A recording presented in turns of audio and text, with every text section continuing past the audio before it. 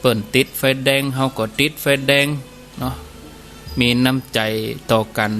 ในเพื่อนร่วมเดินทางถ้อยทีถ้อยอาศัยกันเนาะอยู่ด้วยกันฉันพี่ฉันน้องบางท่านก็เกี่ยมกับข้าวกับปลา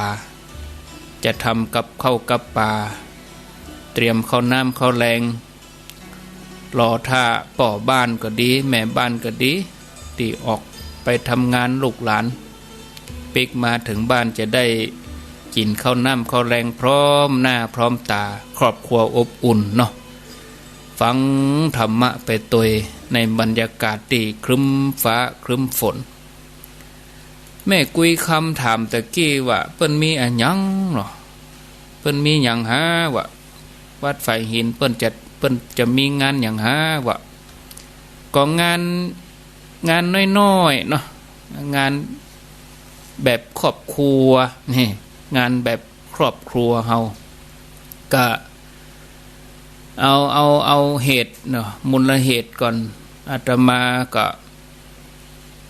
มีเสาวิทยุอยู่3 ต้นเสาแต่ละต้นนี่มี60 เม็ดนะแล้วเสานี่ต้นละ3 เม็ดก็มีอยู่3 ต้นต้นไหน60 เม็ดต้นไหนมี3 เม็ดก็20 ต้น20 ต้นก็20 ต้นก็60 เม็ด326เพราะว่าต้นไหนมี3 เม็ดแล้วก็มีอยู่20 ต้นแล้วที่อาตมานี่มีอยู่3 ต้นก็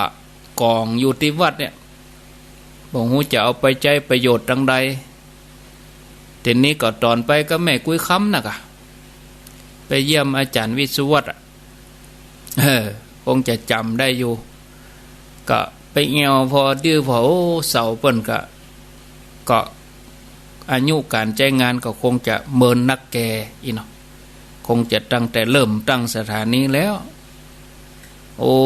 สนิมกะอย่ากะมันกดมันงอไปกะอย่ากะสลิงกะอย่ากะเวลา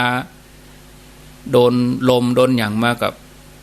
มันก็เหมือนเขย่าอยู่หั่นน่ะเนาะลมมาก็เขย่าก็ยังดีอยู่ที่ฝ่ายหินเพิ่นมีต้นไม้อย่างบังแต่ก็พอเสาแล้วก็สุดโทรมลงไปด้วยการเวลาปิกมาถึงวัดก็ของเฮาก็มีนี่แล้วจะเอาไปตานให้เพิ่นไม่ได้นี่ทำสีหมดแล้วทำสีหมดแล้วก็เสาเนี่ยมันจะเสาเก่านะเสาใหม่นะ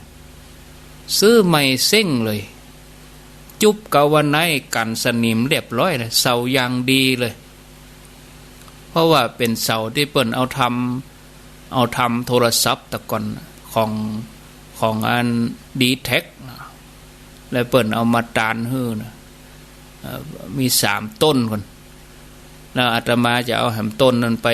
ปตั้งแหมสถานีต้นนี้ก็จะเอาตานที่ไฟหินอันนี้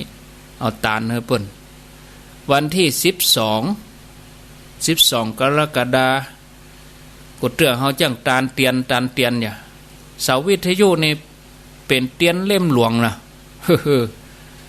เฮาก็แปรรูปเอากะจากเตียนเฮาก็เป็นหลอดไฟเหรอมันก็แสงสว่างมันก็เหรออันนี้แสงสว่างแห่งธรรมแหละเนาะแสงสว่างแห่งธรรมก็วันที่12ไผว่างก็ไปอนุโมทนาด้วยเนาะ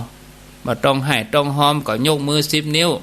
ตามเจตนาบ่มีการได้กำหนดกฎเกณฑ์บ่ได้บังคับอันหยังสักอย่างเพราะเสาเฮาก็มีแล้วมันใจว่าจะประกาศให้หอมแล้วซื้อเสามีแล้วเข้าภาษาได้2-3 วันจะขนไปละจะเอาเสาไปตั้งไว้หั่นก่อนแล้วก็เฮาก็ตานเนาะวันที่12คือไปอนุโมทนาบุญด้วยกันเมืองฝางก็จะมาตูปิลนเอาพี่น้องเมืองฝางมาไปได้นี่กับ2 รถตู้พุ่นละกะเมืองฝางนี่ห่อเข้ามาตัวแถม500 ห่อเอามาแจกหมู่เฮาเนี่ยเข้าห่อ100-500ก็ไม่ใช่100ก็500 ห่อข้าวเหนียวหมูนิ่มอีกว่าเปิ้นว่านะสูตรพี่น้องมง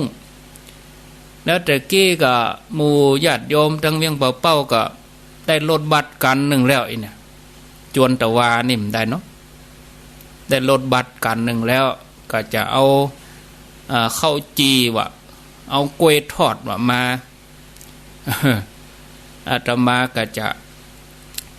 ตำน้ำพริกจะอาตมาตำอาตมาจะบอกให้แม่บ้านตำจีพริกลูกบ้านนี่ไปแล้วไปถึงเขาไปตำกันพุ่นสดร้อนน้ำพริกผักลวกน้ำพริกก็แค่หมูก็เข้าอาสาก็เปลือกเปลือกรู้แค่หมูเนี่ยพริกหนุ่มก็เปลือกรู้หอมแดงนี่ปดโถเป็นน้องบ้านโฮงเอามาหอมแดงนะจีหอมแดงเหี่ยแล้วก็เอาบันน้ำบันน้อยเนาะพักลวกเนี่ยจะเอาไปเลี้ยงครูบาอาจารย์พระสงฆ์เนี่ยเลี้ยงญาติโยมโดยหลายท่านก็จะมีน้ำว่ามีข้าวหนมเส้นเอาเข้าไปก็เกาะกลุ่มกันนักขึ้นก็โอ้ถ้าว่าหิวก็ไปกินข้าวด้วยกันก็ได้แล้วอาตมาก็ห่อไปของไผของมันเนาะบ่รบกวนวัดนะบ่ไปนักใจเปิ้นบ่ฮือท่านอาจารย์เปิ้นนักใจบ่ฮือตุหลวงพระเนนเจ้าวาดพระเนนเปิ้นได้ลำบากเฮาก็ห่อเข้าของเฮาไปของไผของมันเป็นเวลาเอาไปสู่กันไปเลี้ยงพระเจ้าประสงค์พระเจ้าประสงค์ก็ปูธรรมะไปโดยศรัทธาก็นั่งไปไผใครกินก็กินไปเนาะปูกันไปปูกันลงทรงกันปอถึงเวลาแล้วฉันเพลแล้วเขาก็ตานเสาตานแล้วก็แยกย้ายกันกลับเวียงเป้าก็ยังจะมาเอี่ยวในเวียงอยู่เขาว่าโอ้ตะกี้ถามเคยหันพระเจ้าเก้าตื้อก็โอ้มาหันกำเตื้อนะท่านอาจารย์มาเอี่ยวเห็นเด้อวัดสวนดอกวัดพระสิงห์วัดเจดีย์หลวงเนี่ย3 วัดนี่กับปทบเพื่อเข้าตอนนี่กับประเดี๋ยเก็บรายละเอียดตั้งแต่วัดสวนดอกก่อนเนาะวัดสวนดอกแล้วก็มาวัดพระสิงห์แล้วก็มาจบที่วัดเจดีย์หลวงกันนั่นก็ปล่อยเขาเอวถนนคนเดินหรอเป็นวันติดพอดีเนาะหมู่จังในเวียงญาติโยมก็จะเป็นมัคคุเทศกะเนาะปาเขาไปเอวพอพ่องกับบาหันกำเตื้อวะพุทธสิหิงวะเจดีย์พระสิงห์วะบาหันกำเตื้อวะคนเท่านะหมู่จังเวียงเผาพุ่นนะเขาจะลวดมาเอวโต้ยมาเดี๋ยวนี้ก็กะคนประมาณ200เนาะกะ200 คนอีนะประมาณนี้วันที่12ก็ลวดเอิ้นเจิญจวนญาติโยมเข้าไปนะอนุโมทนาบุญด้วยกันวันที่12มนุษย์เฮาทั้งหลายเกิดมาในโลกนี้สิ่งที่จะหลีกเลี่ยงบ่ได้แล้วก็จะต้องเข้าไปเกี่ยวข้องในชีวิตประจำวันตั้งแต่ตื่นนอนจนถึงเข้านอนนะตั้งแต่เฮาตื่นนอนเฮามื้นตาจนถึงฮอดเฮาก้นตัวหัวถึงหมอนนอนสิ่งที่จะเกี่ยวข้องกับชีวิตเฮาเนี่ยหลีกเลี่ยงบ่ได้คือหยังคือการกระทำในทางพระพุทธศาสนานี่เปิ้นห้องว่ากรรมนี่เป็นกุศลก็คือดีอกุศลนี่คือบดีนี่เนาะกรรมคือการกระทำที่มีวิบากเป็นผลคนที่เปิ่นมีสัมมาทิฏฐิก็เลยเป็นคนที่โชคดีที่สุดในบรรดามนุษย์ทั้งหลายเพราะเมื่อมีความหันถูกก็จะสามารถประคับประคองตัวเก่าครอบครัวไปในทางที่ดีมีโอกาสที่จะพ้นจากภัยในอบายภูมิบ่ต้องไปกำเนิดเกิดเป็นสัตว์นรกเป็นเปรตเป็นอสุรกายเป็นเดรัจฉานแล้วเฮาควรจะตั้งใจให้ดีท่านผู้ฟังญาติโยมแต่กี้เรื่องศีลเนาะการที่เฮาจะเรียนรู้เรื่องศีลนี่เหมือนขุมทองของชีวิตเฮาเนาะถ้าเฮาได้ศึกษาถ้าเฮารักษาศีลอยู่สม่ำเสมอเพื่อเป็นปกติเหมือนลมหายใจที่เข้าออกของเฮาเนี่ย ศีลเนี่ย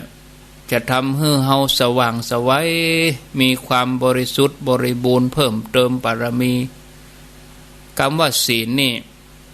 ถ้าเป็นคุณมหาทั้งหลายท่านมหาปริญญาเนี่ยเปิ้นก็จะแยกทรัพย์ศีลนี่มาจากรากทรัพย์ถ้าเปิ้นเรียนภาษาศาสตร์หมู่ที่เปิ้นเรียนอักษรศาสตร์ตอนไปเรียนที่วัดสวนดอกนี่ปีหนึ่งเปิ้นจะมีหรอภาษาศาสตร์วิชาภาษาศาสตร์คำว่าศีลนี่มีหลากทรัพย์มาจากคำว่าศีละศีละนี่แปลว่ายอดนะหมายความว่าเป็นสิ่งที่อยู่บนสุดนะสิ่งที่สูงสุดผู้ใดก็ตาม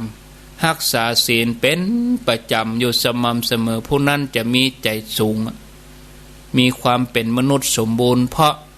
มนุษย์แปลว่าผู้มีใจสูงจะสูงอย่างใดก็สูงด้วยศีล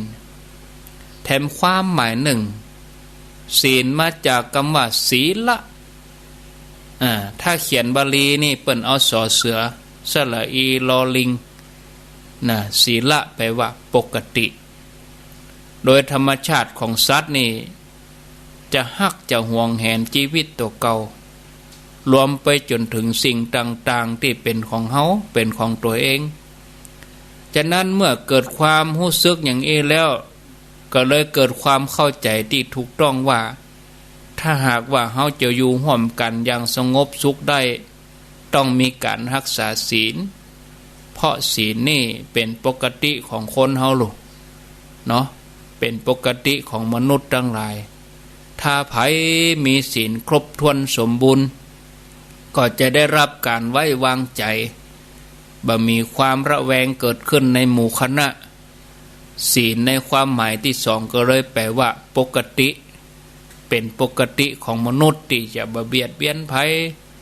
บ่ลักขโมยของไผนอกจากนี้ญาติโยมศีลก็มาจากคำว่า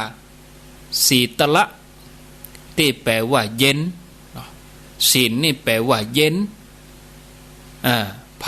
ก็ตามที่เป็นผู้รักษาปกติรักษาศีลอยู่เนาะก็จะเป็นคนที่เย็นกายเย็นใจไผเข้าใกล้ก็จุ่มเย็นเป็นคนบ่ฮ้อนเหมือนกับคนที่มีร่างกายสกปรกเมื่ออาบน้ำชำระล้างสวยญาติโยมลองทำงานมาหรอมันฮ้อนเนี่ยเหื่อไหลไข้ย้อยฮ้อนวับเนี่ย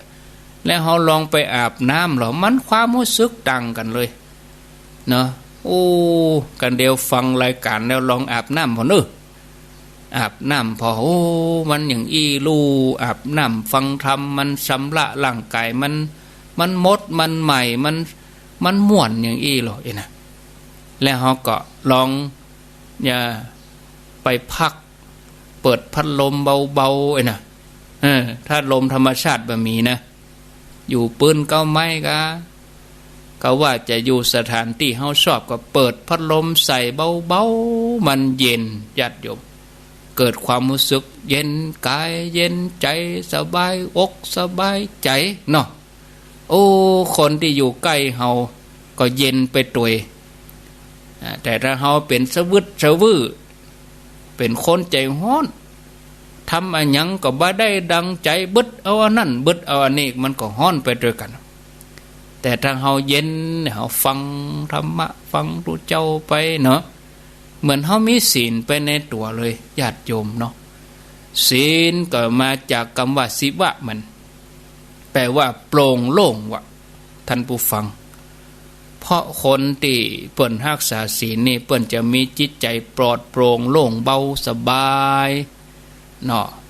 เนื่องจากมีความบริสุทธิ์ภายในความบริสุทธิ์นั้นน่ะจะกลั่นจิตกลั่นใจของเฮาให้เบิกบานผ่องใสแล้วก็เอาความปลอดโปร่งโล่งเบาเนี่ยความกังวลอันใดที่มีเกิดขึ้นมันก็จะมายไปหรอกมายไปหายไปที่สุดดับไปเลยนะ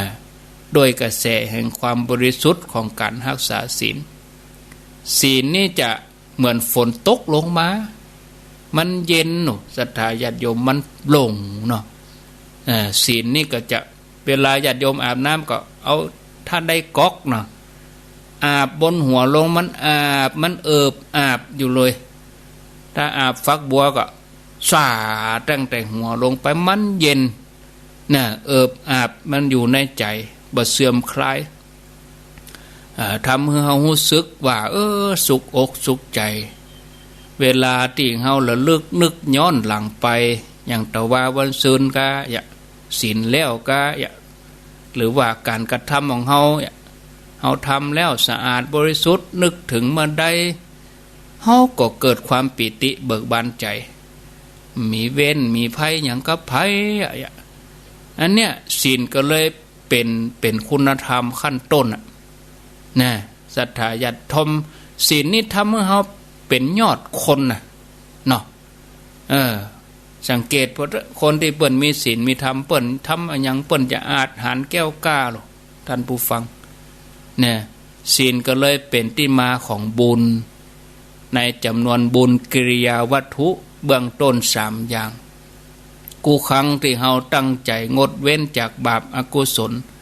ตั้งใจที่จะบ่เบียดเบียนไผก็เป็นกระแสแห่งความดีงามเหมือนกระแสคลื่นแห่งธรรมะกระแสแห่งธรรมกระแสแห่งความดีงามเนี่ยกระแสแห่งความบริสุทธิ์สายทานแห่งเมตตาเนี่ยมันล้นขึ้นมาในใจของเฮาหรอกเหมือนสายฝนที่ตกลงมากระแสบุญก็บังเกิดขึ้นทันทีเมื่อใจเฮามีบุญใจเฮาเปี่ยมล้นโดยเมตตาเฮาก็จะเกิดดีดีทำดีเป็นกระแสคลื่นที่สว่างไสวเนาะญาติโยมทั้งหลายศีลเป็นคุณธรรมที่จะคุ้มครองรักษากายวาจาใจของเฮาให้สะอาดเรียบร้อยสมบูรณ์เป็นคุณธรรมที่จะตั้งใจของเฮาให้เข้าถึงสมาธิปัญญาเป็นหนทางแห่งการบรรลุมรรคผลนิพพานตราบใดที่เฮาท่านทั้งหลายยังบ่ได้หมดกิเลสอาสวะนี่นะก็ต้องมีความจำเป็นที่จะต้องเอาบุญจากการรักษาศีลนี้ก่อนเอาการรักษาศีลนี่จะปกป้องคุ้มครองให้เฮาได้เกิดมาเป็นมนุษย์แท้เนาะเพื่อจะได้สร้างบารมีเกิดแล้วก็จะได้รูปสมบัติพร้อมในการสร้างบารมีชีวิตที่ยืนยาวชีวิตที่สุขสงบร่มเย็นฉะนั้นศีลก็เลยเป็นสิ่งสำคัญต้องรักษาให้มั่นจะไปถอยจะไปเสื่อมแม้เศรษฐกิจจะตกต่ำโรคภัยไข้เจ็บจะน่ากลัวโรคโควิดจะวิทย์ไปกูอย่างเขาจะไปวิทย์ศีลวิทย์ธรรมจะไปฮื้อได้ขาดศีลขาดธรรมยิ่งโลกตกต่ำเท่าใดศีลธรรมต้องสูงขึ้นเนาะนะศรัทธาญาติโยมเมื่อใดศีลธรรมก็ดีอยู่ในใจของคนเฮาเนี่ยนะเฮาก็จะมีปกติสุขแต่ถ้าเมื่อใดศีลธรรมขาดจากในใจของคนก็จะขาดหิริโอตตัปปะขาดความเก่งกลัวขาดความละอายเมื่อนั้นก็วุ่นวายสังคมนะถึงแม้จะมีการศึกษาสูงจะมียศถาบรรดาศักดิ์อย่างใดก็ตามมีความรู้ความสามารถเพียงใดก็ตามถ้าขาดศีลเนาะก็ยากที่จะสร้างประโยชน์สุขให้เกิดขึ้นได้ท่านผู้ฟังญาติโยมท่านสาธุชนศีลมีประเภทใหญ่ๆอยู่3อย่างแรกเบญจศีลก็คือศีล5ศีล5ก็คือศีลอย่างของเฮาทั้งหลายเนี่ยของปออกไม่ออกทั้งหลายเป็นพื้นฐานหรอเพราะการที่เฮาเป็นมนุษย์นี่สมบูรณ์ได้เพราะศีลเฮาจะต้องมีศีล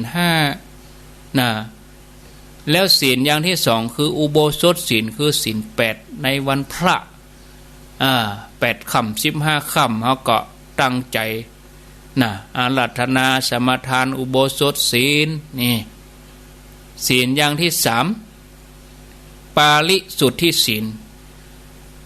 ศีลสำหรับผู้ที่มุ่งความบริสุทธิ์หลุดพ้นจากสังสารวัฏเนาะอย่างศีลของภิกษุก็ดีนะศีลของภิกษุเพิ่นก็ยังแยกออกเป็น4นะ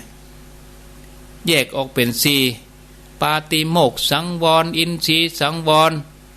อาชีวะปริสุทธิศีลศรัทธาญาติโยมท่านทั้งหลายที่เฮาได้ฟังตอนครูบาเจ้าศรีวิจัยเปิ้นตอบนะก็ญาติโยมเขาก็ฟังมานักละซอก็ฟังครูบาอาจารย์ก็อธิบายในชีวิตของเฮาทั้งหลายนี่เฮาจะต้องมีศีลเป็นพื้นฐานเป็นเบื้องต้นของการดำเนินชีวิตเพราะศีลนี่เหมือนตาที่ยังลึกลงไปหรอศรัทธาญาติโยมเฮาจะต้องสมาทานศีลให้ปกติแล้วก็รักษาศีลยิ่งกว่าชีวิตเนาะเหมือนอย่างโพธิสัตว์เจ้านี่ที่เปิ้นได้ปั่มเป่งแม้ต้องเสียชีวิตเปิ้นก็บ่ยอมเสียศีลเฮาจะมีชีวิตอยู่ในโลกนี้ได้แหมเท่าใดเหี้ยเนาะ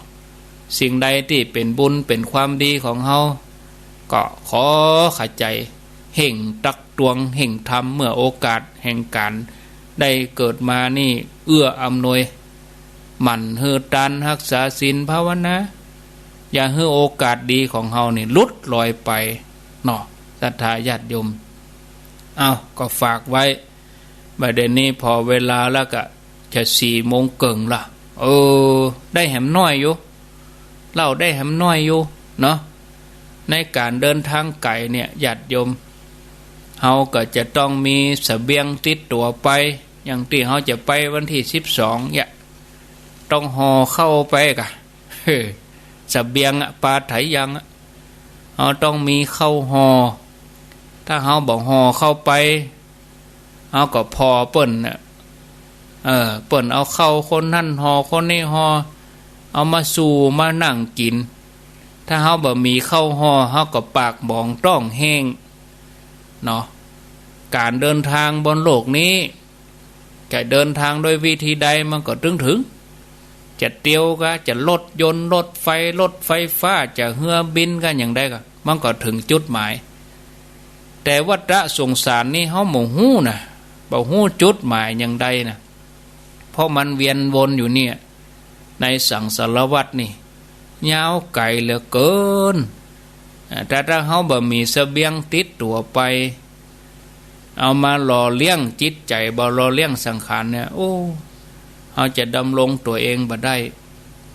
บ่ว่าจะเป็นการเดินทางในโลกนี้โลกหน้าหรือแม้กระทั่งการที่เฮาเดินทางในวัฏสงสารจำเป็นที่จะต้องมีเสบียงนั่นคือทานคือบุญทานศีลภาวนาแต่เปิ้นว่าทานเนี่ยเป็นเสบียงศรัทธาญาติโยมเนาะในสมัยพุทธกาลมีอมาตย์อยู่คนหนึ่งชื่อว่าสันตติอมาตย์สันตติอมาตย์นี่ท่านได้รับราชองค์การจากพญาเจ้าเมืองแคว้นโกศลเพื่อไปปราบกบฏที่ชายแดน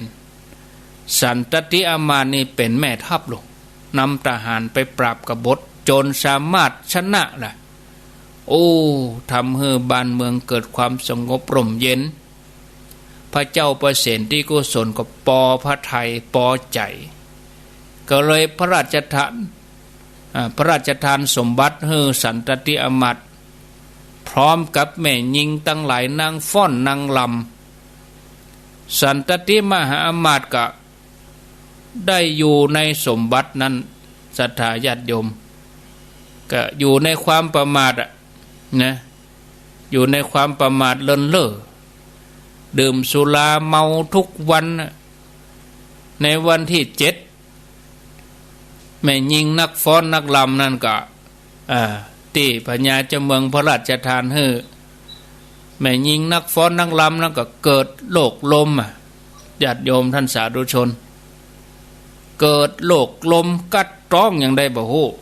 กำลังฟ้อนดีๆลมขึ้นอย่างใดบ่ฮู้กัดร้องอย่างนัก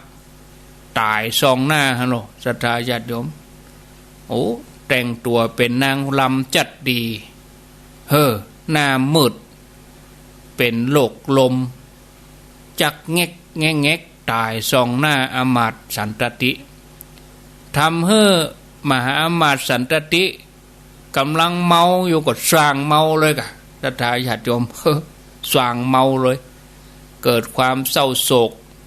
ความอาลัยฮักในนางฟ้อนนางลำตีพญาเจ้าเมืองประทานให้ตึงพญาเจ้าเมืองกับญาตินะศรัทธาญาติโยมท่านสาธุชนทั้งหลายตึงพญาเจ้าเมืองกับญาตินี่ก็เข้ามาช่วยกันปลอบใจสันตติมหามาตย์แต่ก็บ่มีภัยสามารถปลดเปลื้องทุกข์ของสันตติมหามาตย์ได้ให้คลายความโศกไป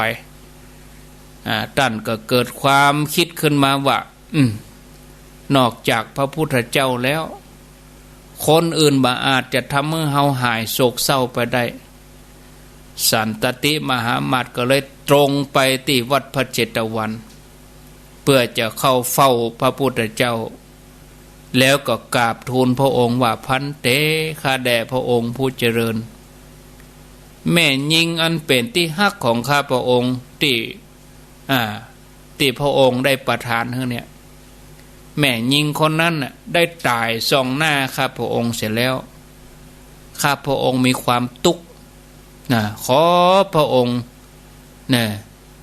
จงเป็นที่เปิ้งพระพุทธเจ้าก็ตรัสว่าดูก่อนท่านสันตติมหามาตย์น้ำตาของท่านผู้ร้องไห้คร่ำครวญในเวลาที่แม่หญิงคนนี้ตายมีนักกว่าแม่น้ำในมหาสมุทรถึง4ท่านอย่าได้เพิ่มทะเลแห่งน้ำตาทะเลตุกให้นักกว่านี้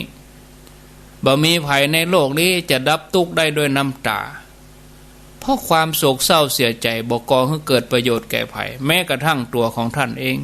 จากนั้นพระองค์ก็แสดงธรรมถึงความทุกข์ที่เกิดจากการพลัดพรากจากสิ่งอันเป็นที่ฮักให้สันตติมหามาตย์ก็คลายความโศกหมดอะไรความยึดมั่นถือมั่นในตัวบุคคลสามารถยกใจของตัวเก่าเข้าสู่ไตรลักษณ์พิจารณาสังขารทั้งหลายว่าบ่เที่ยงเป็นทุกข์เป็นอนัตตาแล้วก็ทำใจหยุดนิ่งไปตามกระแสธรรมที่พระองค์ได้แสดงเมื่อพระองค์แสดงธรรมเทศนาให้สันตติมหามาตย์จบมหามาตย์ก็ดับกิเลสบรรลุธรรมอยู่จากนั้นสันตติมหามาตย์ก็พิจารณาพอสังขารตัวเก่าก็รู้ว่าตัวเองจะต้องตายในวันนี้แล้วก็เลยกราบทูลลาพระพุทธเจ้าแต่ก่อนที่เปิ้นจะจากลาเปิ้นก็ปรารถนาให้คนทั้งหลายเกิดความเลื่อมใสในพุทธศาสนาก็เลยถวายบังคมพระพุทธเจ้าแล้วก็เหาะขึ้นไปบนอากาศสูง7 ชั่วลำตานถึงเรื่องบุญเรื่องกุศลที่ตนเองทำในอดีตให้คนทั้งหลายได้ฟังเล่าอย่างใดก็เล่าอย่างอี้ว่าในสมัยพระพุทธเจ้าวิปัสสีตัวท่านได้ตั้งใจทำทานรักษาศีลภาวนาบะขาดนอกจากนี้ก็ยังได้ทำหน้าที่ชวนคนอื่นมาฮื้อทานรักษาศีลฟังธรรมอยู่เป็นประจำตัวท่านในขวนขวายจักจวนเพื่อนบ้านให้ทำความดีโดยบ่ได้ว่างเว้นแม้แต่วันเดียว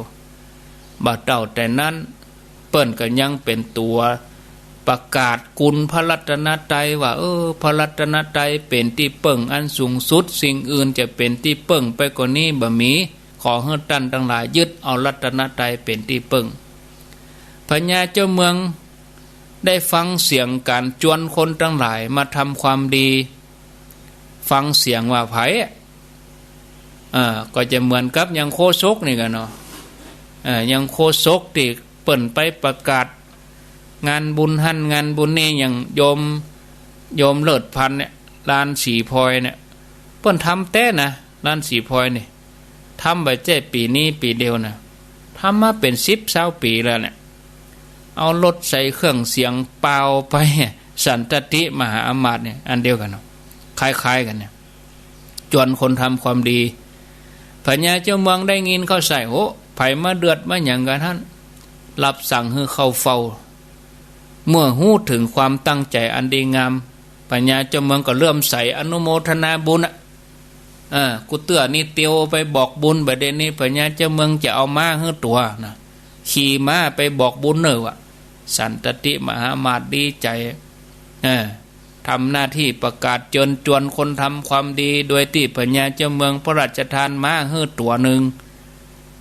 พญาเจ้าเมืองได้ฟังเสียงการบอกบุญคนก็ขยายบุญขึ้นไปเนาะโอ้พญาเจ้าเมืองว่าเอามานี่ก่อนหน่อยเนี่ยอนุโมทนาในความเด็ดเดี่ยวของเธอหน่อยเนาะเธอนี่มุ่งมั่นสร้างบารมีแต่เอาจะเอามาให้แหม4 ตัวพร้อมกับราชรถเนาะท่านผู้ฟังบอกกองได้กำลังใจจากพญาเจ้าเมืองท่านก็ทุ่มเททำไปต่อไปพญาเจ้าเมืองก็เอาจ้างให้แหมตัวเนาะท่านผู้ฟังโอ้ประดับประดาด้วยเสื้อผ้าอาภรณ์อันทรงเกียรติเป่าประกาศเชิญชวนให้คนทั้งหลายมาทำบุญนะสันตติมหามาตนี่นะโอ้ท่านผู้ฟังบ่ใจมาให้บดีทำอยู่อย่างเงี้ยจนถึง80,000 ปีโดยอานิสงส์เนี่ยทำให้ตัวท่านนี่ไปสู่สุขติภูมินะกินปากของเปิ้นนี่หอมเนาะตลอดเวลาเนี่ยศรัทธาญาติโยมเป็นอรหันต์นะเป็นอรหันต์ฉะนั้นญาติโยมทั้งหลายอานิสงส์ของการทำหน้าที่จวนคนอื่นทำความดีจวนคนอื่นรักษาศีลจวนคนอื่นภาวนาเปิ้นจะไปกำไปก็แล้วแต่เปิ้นเฮาจวนเปิ้นไว้ก่อนจวนเปิ้นแล้วเปิ้นมาด้วยเฮาก็เป็นบุญสำหรับเฮากับเปิ้นจนแล้วเปิ้นบ่มาก็แล้วแต่เปิ้นไปบ่ท่าเสียใจหยังน่ะจนแล้วก็แล้วไปจนไปเถอะถ้าเปิ้นมาดีกะไปทำด้วยกันก็เป็นบุญฮอดกันเป็นบุญเติงกันเป็นบุญที่จะได้ทำร่วมกันถ้าจนแล้วเปิ้นปฏิเสธเฮาก็บ่ต้องไปแก้ไปคนเนี่ยก็เป็นเรื่องของบุญเปิ้นบ่ถึงแต่ถ้าเฮาจนไปทำไปอย่างสันตติมหามาตขอให้เฮาท่านทั้งหลายตั้งใจในการทำความดีนอกจากตัวเก่าเฮาทำความดีแล้วเฮาก็ขอเชิญชวนญาติโยมทุกท่านเนาะหันคนอื่นทำความดีก็ควรจะอนุโมทนามุทิตาเกิดจากความเข้าอกเข้าใจการทำความดีของคนอื่นจะไปท้อถอยจะไปหวั่นไหวให้นึกอยู่เสมอว่าเปิ้นทำก็เหมือนเฮาทำเฮาก็แพ้ให้เปิ้นแถมนะอันนี้ก็ฝากไว้ 16:40 นาทีเอาฝากญาติโยมแล้วก็วางสายแหม20 นาทีก่อนจะลาจากกันไปเนาะ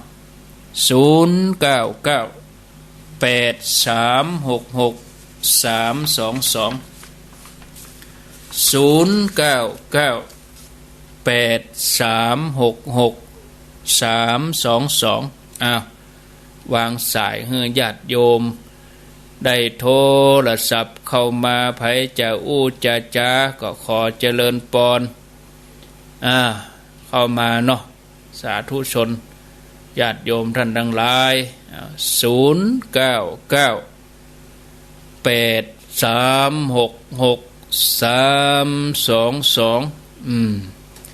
มีก็เข้ามา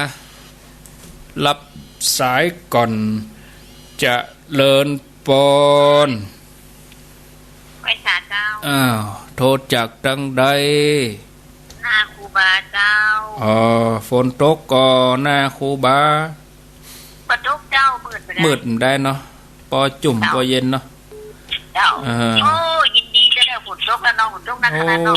จุ่มเย็นเหรอได้คิวโอ้คิวบ่อยวันนี้มาแล้วเจ้าฟังตลอดนะเจ้าก็ใจจุ่มเย็นดีโมทนาวันที่12ก็ลากรถไปเนอะขล่มเดี๋ยวจะไปย่างไปก็ได้เอากาแฟไปด้วยกะเอารถกาแฟไปด้วยกะเอาไปเอาไปเหี้ยไปบุญก่อนย่างขายก่อนบ่ย่างเอาไปบุญกับบุญฮอดกันขายตลอดเอาบุญฮอดกันเด้อสาธุ 0998366322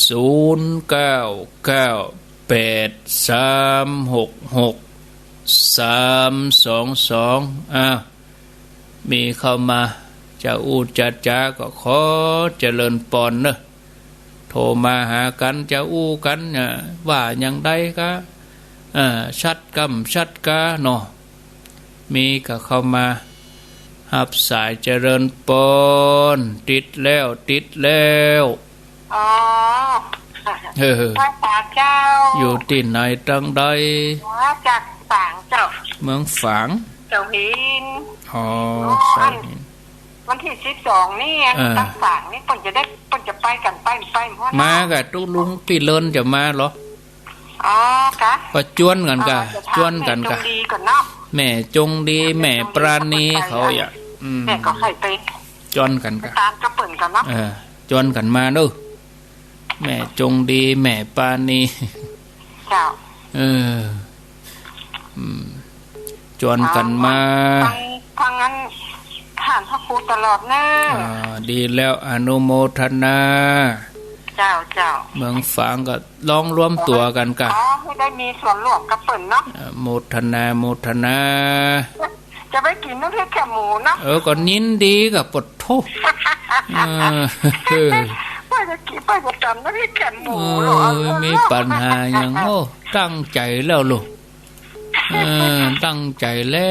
วโทจ้าโมทนาเนอสาธุ0998366322มีก็เข้ามากระเดียวบึดนี่จะอัดสปอตไว้สักหน่อยเป็นการเฮาอู้หลายรอบเฮาเอาสปอตใส่สัก2 นาทีเห็นเนาะอัดคนเดียวอัดสปอตจวนต้นชั่วโมงก็เปิดใส่ใต้ชั่วโมงก็เปิดใส่นะ0998366322เจริญปอนสาธุเจ้าท่านเจ้าโทษจากดังใดโยมแม่เจ้าฟังท่านอยู่เนี่ยนะเจ้าโทษจากไหนประแดดนี่บ่ได้เจ้าประแดดในเมืองกะประแดดจะไม่เวลาหนึ่งนี่เจ้าประแดดโยมแม่คุยคำอยู่แม่คุยคำกะเจ้าได้ยินชัดดีเนาะได้ยินชัดเลยเจ้าท่านเข้าใจดีแล้วเนาะวันที่12นะเจ้าโยมแม่เข้าไปแน่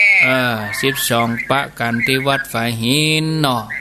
แล้วทีนี้โยมแม่ก็จะขึ้นไปจำพรรษาบัวพระธาตุเจ้าดีกะอนุโมทนาบุญโตยโมทนาบุญสาธุโยมไม่เท่าความไม่ชัดเจนเลยนะเจ้าฟัง104นี่เนาะเจ้าดีมีสุขเนอสาธุมีเข้ามาแถมข้างแถม15 นาทีก่อนปะเตอเวลา0998366322เจริญปอนจากตังใดอยู่ตังใดแม่4,000กะแม่4,000ร่องฝนตกก็มันจะข้ามูแล้วเนาะตรงนี้น่ะเข้าใจแล้วเนาะเขาเป็นเพื่อนแม่ยมแม่ฮู้จักกันอยู่เนาะอันก็ชี้ตึกอันก็ไปปะกันกับวันที่12ที่ฝ่ายหินน่ะถ้าจะงามขนาดจะขาวเพือกเลยใส่ชุดขาวหมดเลยใส่ชุดขาวหมดเลยเนาะเป็นเหมือนเทวดาแล้วเนาะรับตานี่ประตูขาวเผือกเลยแม่ก็ว่าคือที่ลำอ้อยนี่ไปลำบากนะท่านนะก็ให้แม่กุยคำไปฮับกะแม่กุยคำไปฮับเขาไปยอมไปส่ง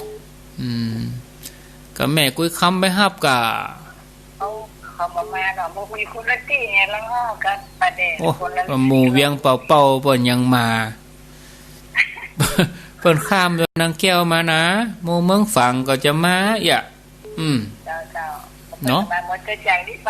โทรหากะแม่กุ้ยค้ามาเอารถแดงอ่ะก็เอารถแดงเหตุกันกะแล้วก็เป็นนัดไปรับกันที่บ้านมากะโมทนาเนอจะได้ก็ลองวางแผนดูสาธุ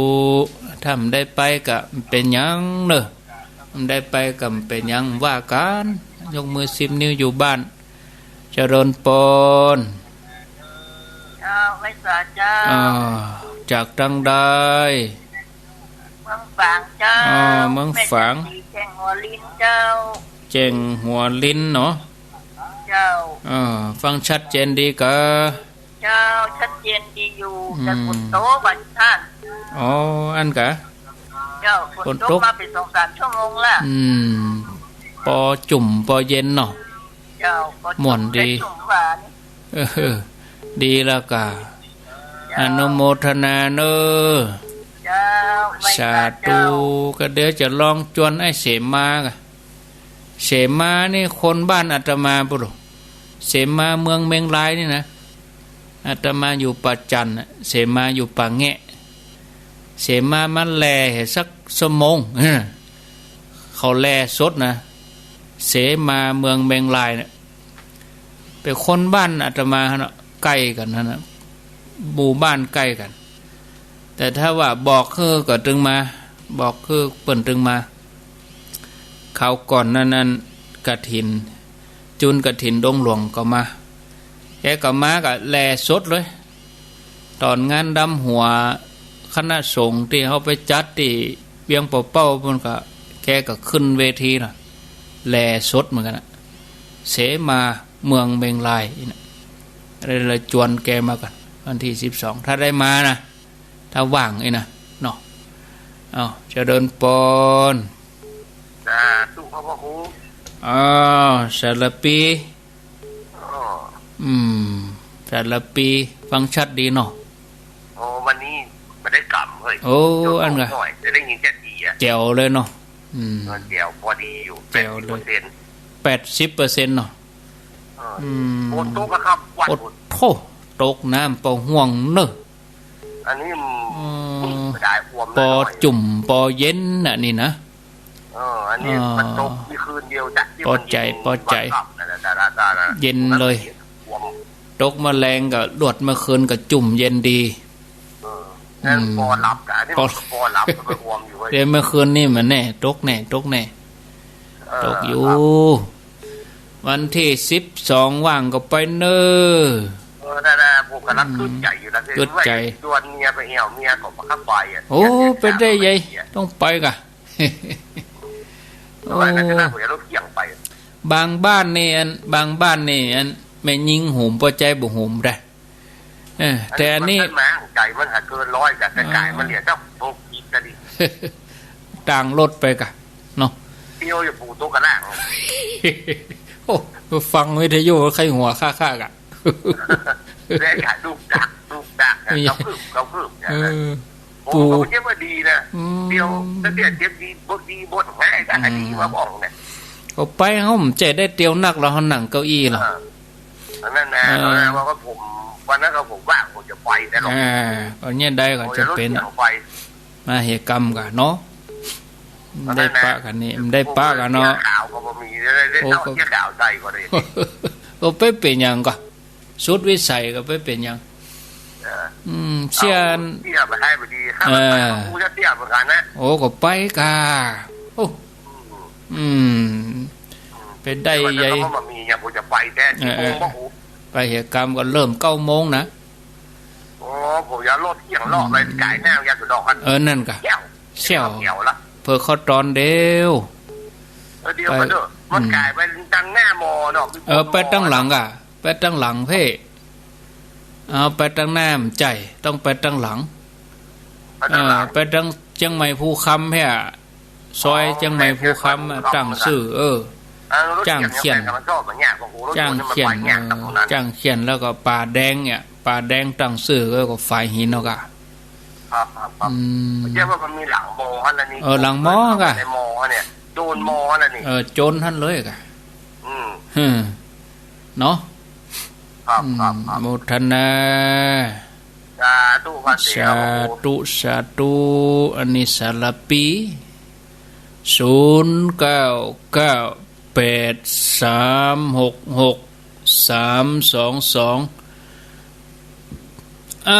ไผ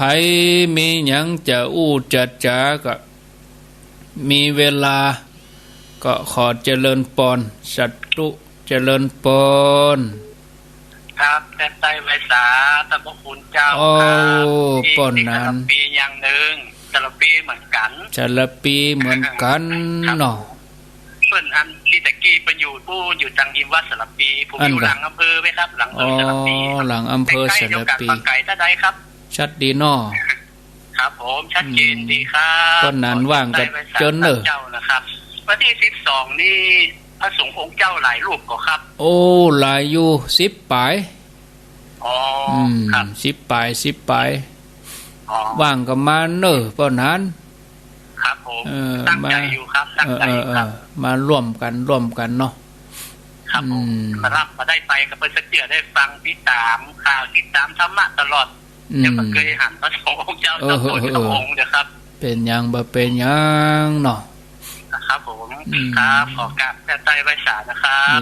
ยินดีครับอยู่ดีมีสุขเอาสาธุโมทนาต่อไปมีกะอู้กันแถมข้างแถม